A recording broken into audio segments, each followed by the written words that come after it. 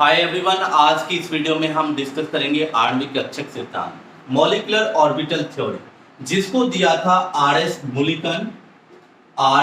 Mulliken और उनके साथी एफ हुंड ने। एफ हुंड, और वो समय था 1932 का। ये मॉलिक्यूलर ऑर्बिटल थ्योरी को दिया गया। तो मॉलिक्यूलर ऑर्बिटल थ्योरी है क्या? जैसे एटॉमिक ऑर्बिटल्स होते हैं, एटॉमिक ऑर्बिटल्स में एक न्यूक्लियस होता है, तो मॉलिक्यूल्स में कई न्यूक्लियस हो सकते हैं। जैसा कि आप जानते हैं कि टू और more atoms combine together to form molecule. दो या दो से अधिक एटम यानी परमाणु कक्षक जब एक साथ मिलते हैं तो वो क्या बनाते हैं? वो बनाते हैं मॉलिक्यूल। और मॉलिक्यूल में एक या एक से अधिक, एक भी हो सकता है, दो भी हो सकते हैं, या उससे भी अधिक नाभिक पॉसिबल हैं। तो आप कह सकते हैं कि जैसे ये हाइड्रोजन है और एक दूसरा हाइड्रोजन मिलकर क्या बनाते हैं? H2। ये हाइड्रोजन परमाणु है, ये है, और ये दोनों ने ओवरलैपिंग की होगी और ओवरलैपिंग से क्या बनाया? एक H2 मॉलिक्यूल। तो यहाँ पर आप देख रहे हैं कि एक ही न्यूक्लियस है, लेकिन यहाँ पर कितने न्यूक्लियस हैं? दो। तो एटॉमिक ऑर्बिटल्स एक न्यूक्लियस से प्रभावित होते हैं, जबकि मॉलिक्यूलर ऑर्बिटल्स एक या एक से अधिक न्यूक्लियस से प्रभावित हो सकते हैं। इसी आधार पर हम कहते हैं कि एटॉमिक ऑर्बिटल्स मोनोसेंट्रिक होते हैं। मोनोसेंट्रिक होते हैं कौन? Atomic orbitals. मोनो मतलब एक, और ये मॉलिक्यूलर ऑर्बिटल्स ये हो सकते हैं आपके पॉलीसेंट्रिक यानी बहुकेंद्रीय। ठीक है, तो ये मोनोसेंट्रिक और वो पॉलीसेंट्रिक। एटॉमिक ऑर्बिटल किसे कहते हैं? किसी भी नाभिक के चारों, किसी एटम के नाभिक के चारों का वह क्षेत्र, वह त्रिविम क्षेत्र यानी 3D क्षेत्र जहां पर इलेक्ट्रॉन के पाए जाने की संभावना सर्वाधिक होती है, हम उस क्षेत्र को कहते हैं परमाणु कक्षक यानी एटॉमिक ऑर्बिटल। वह नाभिक के चारों वह त्रिविम क्षेत्र जहां इलेक्ट्रॉन के पाए जाने की संभावना सर्वाधिक है, वो परमाणु कक्षक कहलाता है। उसी तरीके से मॉलिक्यूलर ऑर्बिटल आणविक कक्षक है।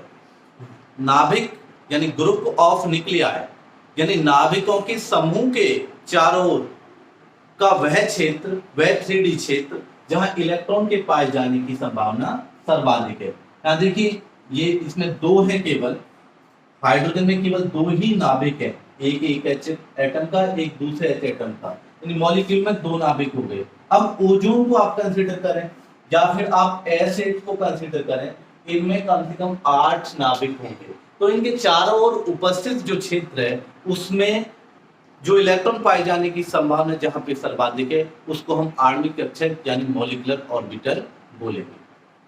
मॉलिक्यूलर ऑर्बिटल भी एटॉमिक ऑर्बिटल की तरह आबर्ट प्रिंसिपल, पॉली एक्सक्लूजन प्रिंसिपल और हुंड्स रूल को फॉलो करते हैं।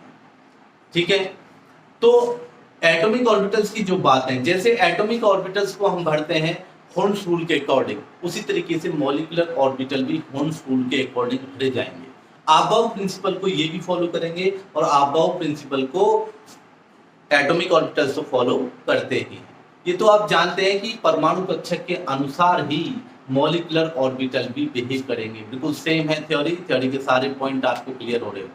जब दो या दो से अधिक मॉलिक्यूलर ऑर्बिटल कंबाइन करते हैं तो जब दो या दो से अधिक एटॉमिक ऑर्बिटल कंबाइन करेंगे तो उतनी ही संख्या में, जितनों ने कंबाइन किया है उतनी ही संख्या में मॉलिक्यूलर ऑर्बिटल तैयार हों।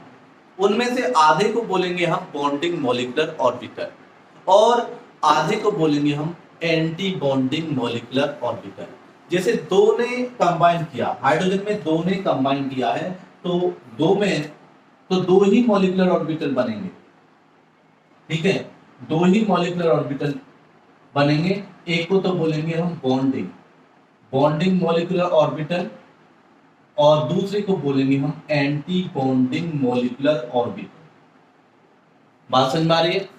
तो दो या दो से अधिक जितने भी कंबाइन करेंगे, आधे बॉन्डिंग आधे एंटी बॉन्डिंग। बॉन्डिंग की एनर्जी एंटी बॉन्डिंग से कम होगी, क्योंकि बॉन्डिंग स्टेबल होता है। जो भी चीज स्टेबल होती है दोस्तों, वो क्या होती है, उसके पास एनर्जी कम होती है। आप सोसाइटी में देख लीजिए, जो आदमी अच्छे से स्टेबल होगा वो स्टेबल का मतलब अच्छे से खा कमा रहा है, उसको कोई भी ऐसी टेंशन नहीं है, वो कम से कम बहुत नफा तुला बोलता है और नफा तुला वो चलता है। तो कहने का मतलब है कि जो स्टेबल है, जिसके पास सारी जरूरतों के लिए पैसे हैं, जिसे सोसाइटी से कोई मतलब नहीं है, तो वो स्टेबल व्यक्ति कहलाता है। और स्टेबल व्यक्ति के पास एनर्जी की कमी होती है। लोग कहते हैं कि ये तो किसका मतलब नहीं रखते, मतलब इसमें ताकत नहीं है। तो bonding molecular orbitals are lesser in energy than anti-bonding molecular orbital because bonding molecular orbitals are stable and anti-bonding molecular orbitals are unstable। तो बात आपको क्लियर होगी। ये थी मॉलिक्यूलर ऑर्बिटल थ्योरी की कुछ पोस्टुलेट्स। आर.एस. मिल्कन और एफ फोंड ने ये थ्योरी दी थी 1932 में। आगे चलते हैं, एक कंसेप्ट है इसमें, लकाओ कंसेप्ट। तो लकाओ कॉन्सेप्ट के अंतर्गत हम पढ़ेंगे मॉलिक्यूलर ऑर्बिटल डायग्राम। तो इसका स्क्रीनशॉट आप निकालिए बहुत जल्दी।